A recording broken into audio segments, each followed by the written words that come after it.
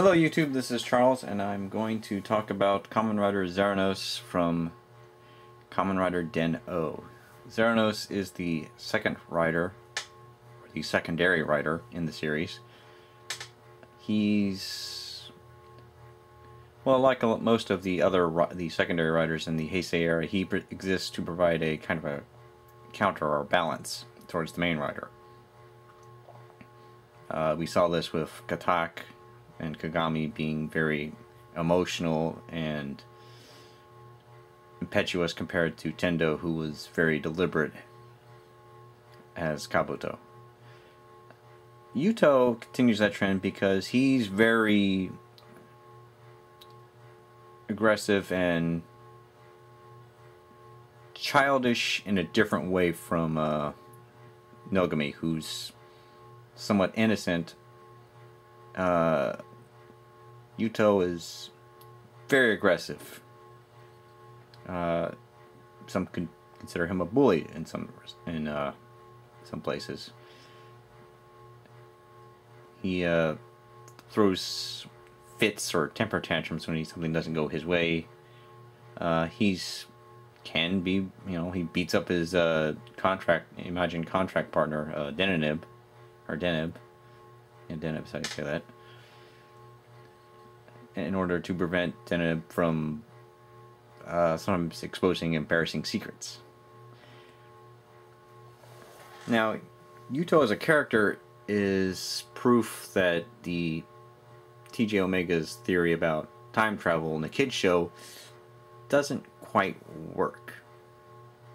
Actually, his theory is sound. It's just that Den-O is an example of that, and that is time travel usually goes one of two ways. You have it being incredibly silly and simple to the point where it's not really that important, or you can make it exceedingly complex and convoluted and bog everything down.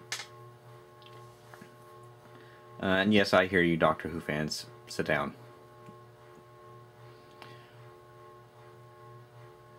Yuto exists in two places and two times within the Den-O TV verse. And I'm strictly talking about the TV verse because the movies are just buckets and buckets of BS to deal with.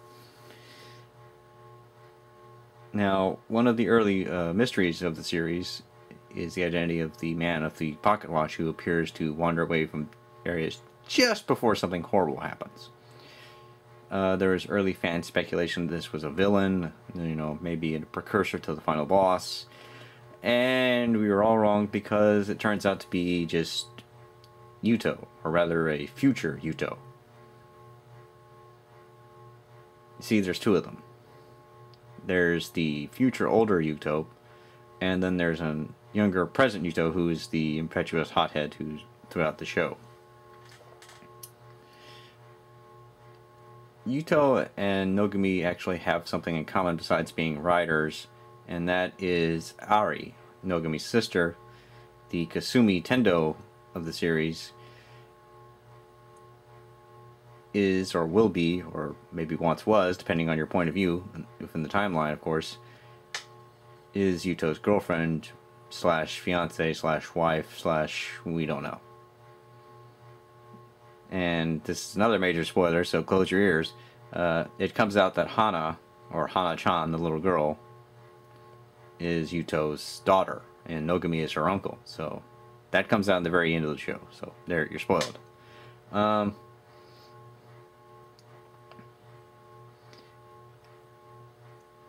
the reason why Ari apparently doesn't remember him, or doesn't know who he is, or doesn't know all these other things, is because of this and this, the Zeronos cards. Unlike the Rider Pass that Nogami uses, Zeronos cards are temporary or disposable. They're good for one shot, one transformation only. When the transformation ends, the card is used up. No, you're saying, well, that doesn't seem like it's a big deal. Well, it's kind of a big deal because the cards represent memories. And when Yuto uses them to transform, he's erasing memories, or in some cases erasing memories of other people. Not just the ones of he has, but, you know, people are not remembering who he is. And it's believed that this is the case for Ari as well. In fact, this sort of comes to a head early in the series, episode 32, I believe, or somewhere. Maybe it's 33. I don't remember. It's been years since I watched Zeno. And he runs out of cards, but then he gets a second set of cards. And then a third set of cards, which gains his access to his third form. And I'll talk about that in a little bit here. Zeronos has two basic forms: Altera form, which is the default, and Vega form. Altera is the one with the big kind of like the bulls on his face. You hear the mooing. It's what he transforms to initially, and then he says, "Let me tell you something. I'm really strong," or something like that. Boastful. Vega form is what happens when Deneb merges with him, and you see he has more of a star. His faceplate changes to be like a star. He has a cape. Typically, the ground will sink in around him as he transforms to demonstrate just how powerful he is, a la DBZ or something. And at this point, Deneb talks and says, "Let me tell you something," and then Deneb, unlike Yuto, will say something that's a legitimate fact, and that irritates both the monster and Yuto. So that's pretty funny. Now, Yuto's the third form for Zeronos is called Zero form, and what it is essentially is a recolor of Altera form. Instead of being green, gold, and silver and black, the green rust or transforms to red.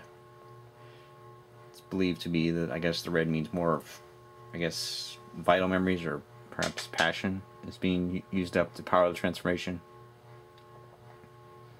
And it's significantly stronger than the other two forms. And Deneb takes on a different form in this as well. He becomes the Denbrick Buster, which is a handheld gun, sort of cannon weapon. I believe the transformation to Zero form is the only time a secondary rider, until Axel, completely changes their color motif. In fact, I'm pretty sure that's what the case, because G3 and Gills both retained their color schemes when they upgraded to G3X and Exceed Gills. Knight Survive form just added purple. Didn't necessarily change things, but he already had some purple on him. Kyaxia didn't get an upgrade. There is artwork for a Kyaxia break, if you want to go Google that, or Bing it, or whatever web search you use. Garen had gold, but he didn't necessarily change his motif as much as he added to it. He added colors to it, so. Ibiki and Todoroki and Senki didn't change at all, really. Gatak, well, he didn't actually get one, since Hyper Gatak is, I don't believe, considered canon. Of course, we have Zero form. Ixa didn't necessarily change his color palette. He added a lot and he exposed a lot, but he didn't necessarily, he added red to it, but there was already red present within the suit, along the face mask and such. D-End didn't change. He took on kind of like a recolor sort of thing mostly, but he still kept primarily, that cyan that is his color. Yeah, Axel went from his normal red form to his trial form, which is blue. And of course, later on we got Booster, which is yellow. So, there you go. Now let's discuss this belt and the card. The card, you only get one.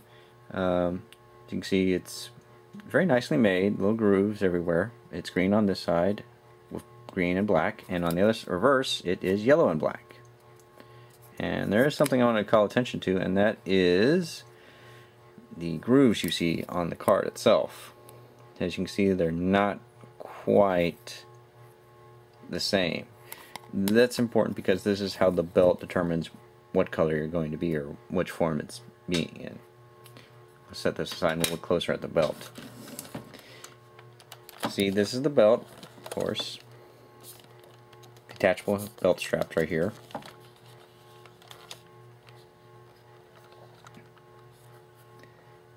This part here moves, and it's actually kind of important. On-off switch is up here. This is a button that's used, of course, and this is the light, and I'll show that off in a second. This is important, and I'm just going to show you this now because it's off and I don't want to waste time later on. When you feed the belt in, when you feed the card in, and I'm going to have to manually push it through.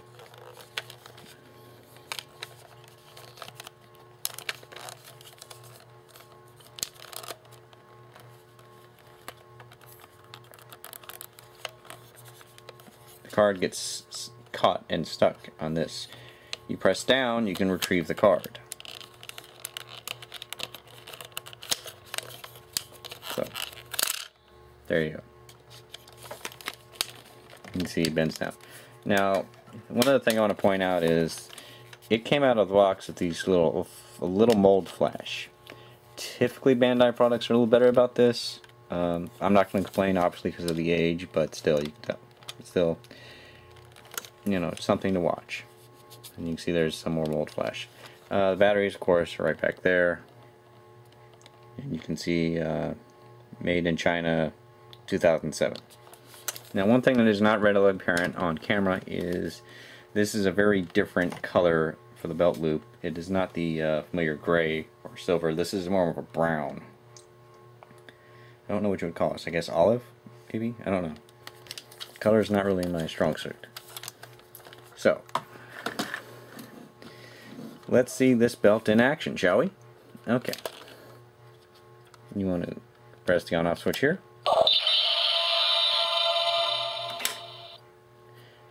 You want to take this and push this all the way through.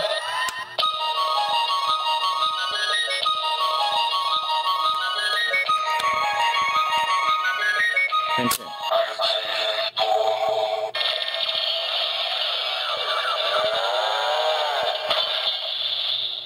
Do that one more time just so you can hear it.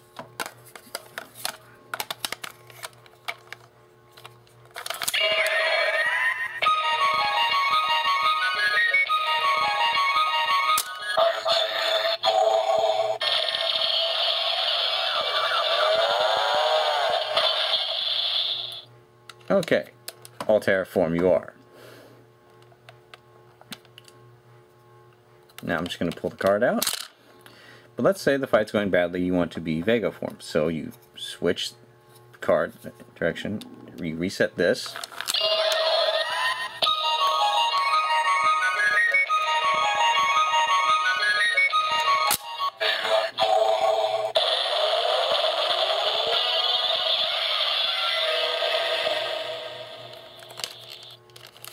And one more time with that.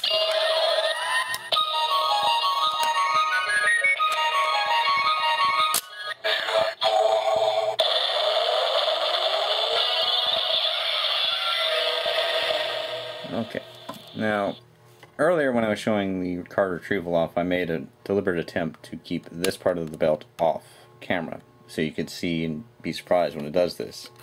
Essentially what this is, and I don't remember what the name of it is properly, the proper name for it, but it's, I call it a switching station within your rail yard, used to switch cars from one track to another, like if it has to trade out engines or attach other things. That's what this is modeled after. And you really can't tell, but just within that, well, let's see if I can zoom in a little bit. Within the belt right here, you see are these little grooves and notches, and they match up with the grooves and notches on the card.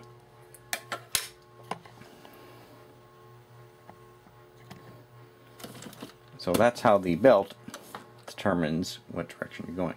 Oh, and in case you're wondering about the button up here, Well, the button only does one thing.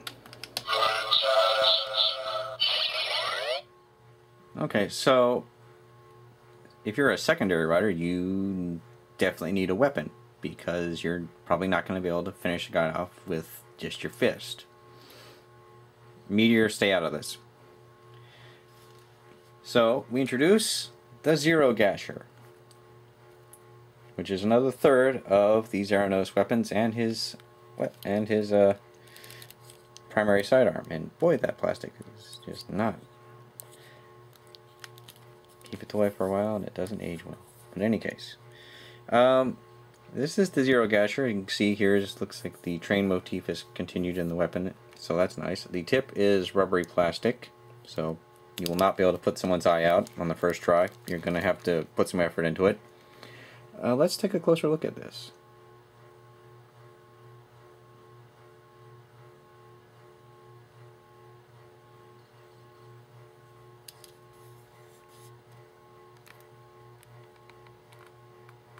Now, in case you're wondering, here's the on-off switch.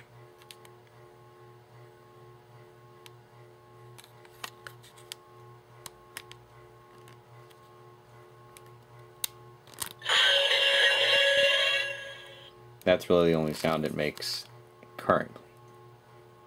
And by really, I mean that's the only, there's no lights or anything on it. Here's the battery compartment. You will need a screwdriver. This is not a push pin type situation. Here's the speaker. See, here's the other side where more screw holes are exposed, including and crush plates. And why are these exist? Well, if you remember in the show, he has two weapons he can use, and they both are formed out of this. He has his saber sword and his blowgun or crossbow. I think it's called a blowgun in the show, but I'm not certain about that. And they're formed by taking this end and attaching it to this end. But you can get some nifty sound effects in with both. Note that unless my hand is not, I guess, average size, so you may need to squeeze in order to get your hand in here. The trigger is right here, and I'm just going to press it to show off some of the sound effects.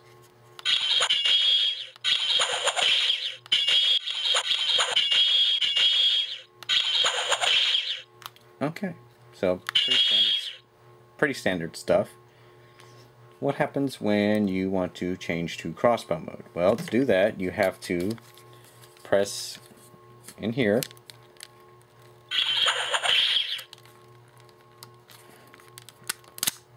split this out, turn the handle around, and plug it in. And you have the gun mode, almost. In order to get the blowgun to its full effect, you have to, let's see, where is it? Oh.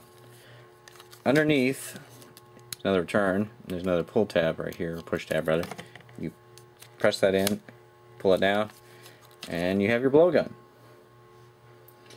It's important to note that this weapon is virtually the same no matter what form Zeronos is in. The really only exception to this is it enlarges. And, well, I guess the only difference is that it enlarges, particularly with Vega form, so he can show off more. And again, here's the trigger.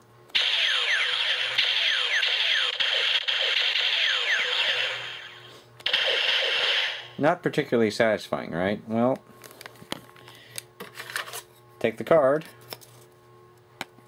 and just like in the show,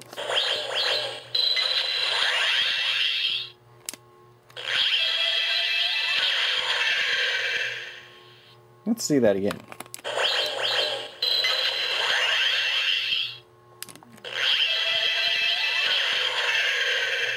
A splendid end awaits him. Or is that the sword? I don't remember. Okay. So what does that change at all when you're in sword mode? Well, let's find out, because I can't remember it myself.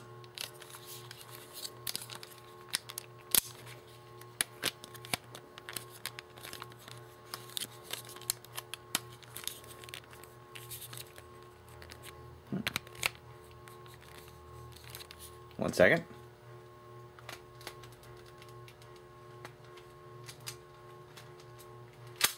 Nope. Again, back in sword mode. Does this change at all?